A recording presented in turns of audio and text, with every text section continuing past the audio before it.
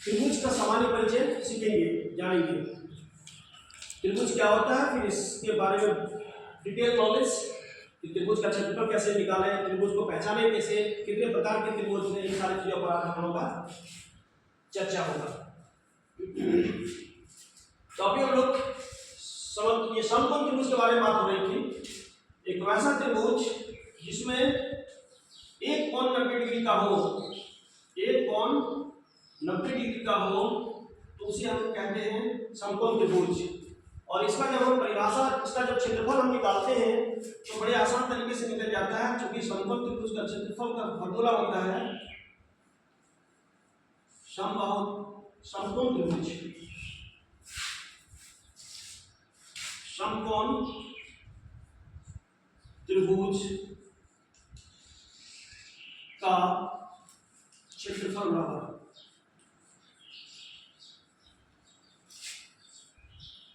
1/2 into आधार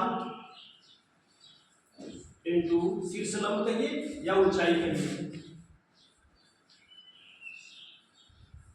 shortcut में जानना चाहे तो 1/2 into B into H, L into B,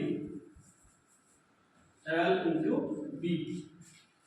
क्या इस फॉर्मूला से हम सारे त्रिभुज का क्षेत्रफल निकाल सकते हैं? नहीं, क्योंकि ये खड़ी रेखा है, स्ट्रेट लाइन है, इसलिए बड़ी आसानी से हम इसको और इसका इस्तेमाल करके हम क्षेत्रफल निकाल लेंगे। लेकिन कुछ त्रिभुज ऐसे होते हैं जिसमें एक सीधी रेखा ना होकर टेढ़ी रेखा होती है। जैसे यह एक त्रिभुज है जिसमें तीनों भुजा बराबर लंबाई के हैं, 4 सेंटीमीटर, 4 सेंटीमीटर, 4 सेंटीमीटर, लेकिन है ये भी त्रिभुज। ऐसे त्रिभुज को हम क्या कहेंगे? जिसमें तीनों भुजा बराबर होते हैं, इसे हम कहते हैं समबाहु त्रिभुज।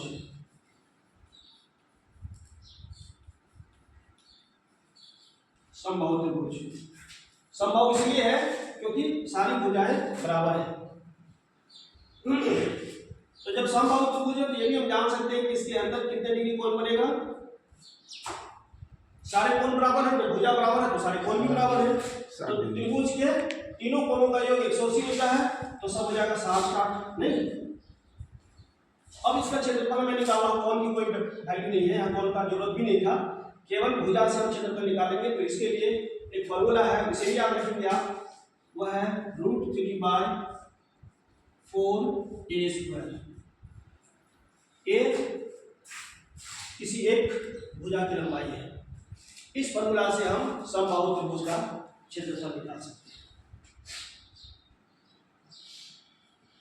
और जब ऐसे त्रिभुज आ जाए जिसमें ना ये फॉर्मूला काम कर रहा हो ना ये काम कर रहा हो, तब एक और फॉर्मूला होता है जिसे हम लोग कहते हैं हीरोन का सूत्र। क्लास 7 में दिया हुआ है। हीरोन के सूत्र का उपयोग करके हम वैसे अनियमित त्रिभुज का क्षेत्रफल निकाल सकते हैं। तो देखते हैं कैसे निकालेंगे। एक ऐसे त्रिभुज हम लिए जिसकी तीनों भुजा की लंबाई अलग अलग थी। मान लेते हैं 12 सेंटीमीटर, 16 सेंटीमीटर, 14 सेंटीमीटर। त्रिभुज का नाम दे देते हैं ए बी सी। अब इसका क्षेत्रफल हमें निकालना हो, कैसे निकालेंगे? सबसे पहले इसकी अर्ध परिमिति को लेते हैं, जिसको एस कहते हैं हम। तो लिखेंगे हीरोन कौन थे? एक गणितज्ञ थे जिन्होंने ये दोनों प्रकार के त्रिभुज को छोड़कर तीसरे प्रकार के त्रिभुज का क्षेत्रफल निकालना सिखाया। ऐसे इनका फॉर्मूला सब पर लागू होगा, इस पर भी, इस पर भी।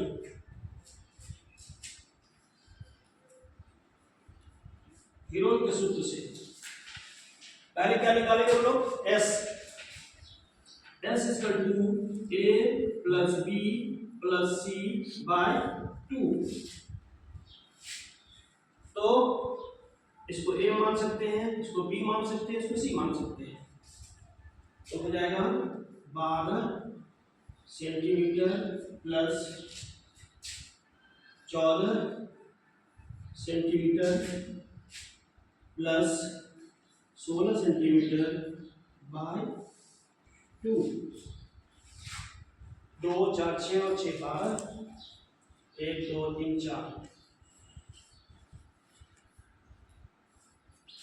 ये अर्ध परिमाप आया, क्षेत्रफल नहीं आया अभी तक, 21 सेंटीमीटर। अब इस अर्ध परिमाप का प्रयोग करके निरंजन आप तो जानते होंगे, आप क्या करेंगे? S माइनस डी क्षेत्रफल इक्वल टू ना, क्षेत्रफल equal to root S S S minus A S minus D S minus B into S minus C. ये पूरे में रूट अंडर, ये इसका फॉर्मूला क्षेत्रफल निकालने का। अब एस तो आ गया 21, आगे बढ़ते हैं।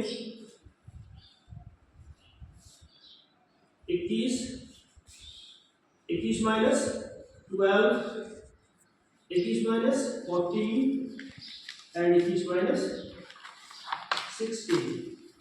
ये सबको घटा देंगे, उसके बाद जो भी संख्या आएगी सबको गुना करके उसका वर्गमूल निकालेंगे। ये जो है वह वर्गमूल का चिन्ह है। इस तरीके से हम त्रिभुज का क्षेत्रफल निकालना सीख सकते हैं।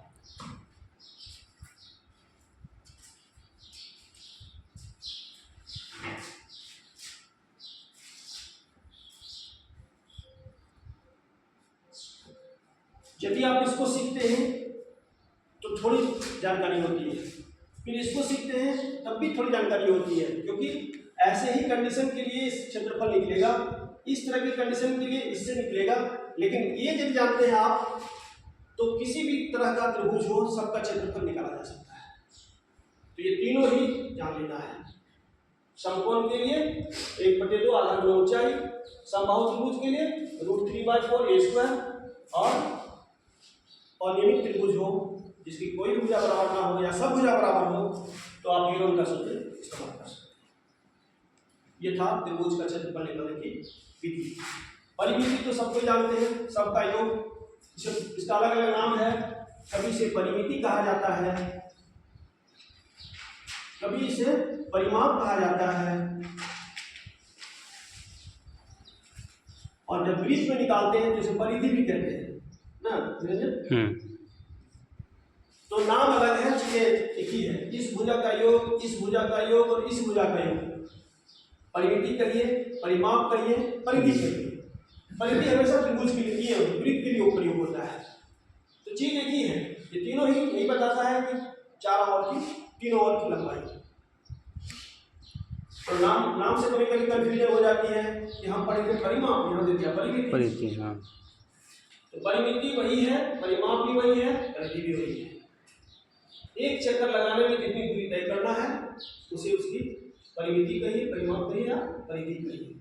क्षेत्रफल का मतलब होता है इसके अंदर कितना एरिया है, इसे उसका क्षेत्रफल कहते हैं। ध्यान रखिएगा 2D में, ये 2D है। अब एक दिन बताएंगे 2D और 3D में क्या अंतर है। 2016 के एग्जाम में, टेट एग्जाम में पूछा गया था कि रोटी 2D है या 3D है, इस तरह से प्रश्न पूछा गया था। 2D और 3D के बारे में बताएंगे। तो ये जो आकृति है वह 2D है। 2D में क्षेत्रफल निकाला जाता है और 3D में क्षेत्रफल भी और आयतन भी। एक नई चीज पढ़ जाती है उसमें, आयतन, तो भी हम लोग जानेंगे। तो 2D का मतलब होता है 2D का मतलब डायमेंशन, जिसमें 2 विमा हो, लंबाई और चौड़ाई, उसे कहते हैं 2D। और जिसमें 3 विमा हो, लंबाई भी, चौड़ाई भी, ऊंचाई भी, तो वो होता है 3D। जैसे चौक हो गया 3D, ये हो गया 3D, इसको कहीं रख सके, और त्रिभुज को आप रख नहीं सकते, इसको बना के दिखाना होगा कागज में, बोर्ड में, ऐसे आप नहीं दिखा सकते। तो ये है 2D। 2D क्या क्या है? त्रिभुज हो गया 2D, और क्या होगा निरंजन? आयत हो गया 2D, वर्ग हो गया 2D, ये सब 2D है। और 3D में क्या आएगा? वृत्त, गोला, वृत्त भी 2D है। गोला आएगा 3D में, गोला, पिरामिड, घन, घनाभ, ये सब 3D आकृति है। एक दिन इस पर हम लोग चर्चा करेंगे। ये बहुत बेसिक चीज़ है, बहुत आसान चीज़ है, परिचित होना है, केवल इसको याद रखना नहीं है, केवल परिचित होना है। क्योंकि इसका भी आयतन निकलता है, इसका भी आयतन निकलता है, इसका भी और इसका भी आयतन निकलता है, और इस सब का आयतन नहीं निकलता, केवल क्षेत्रफल निकलता है, एरिया निकलता है। तो ये 2D है, ये 3D है। आपका किताब हो जाएगा, किताब हो जाएगा 3D, क्योंकि इसमें 3 तल है, लंबाई भी है, चौड़ाई भी है और मोटाई भी है। तो ये 3D हो गया। D का मतलब डायमेंशन, ठीक है।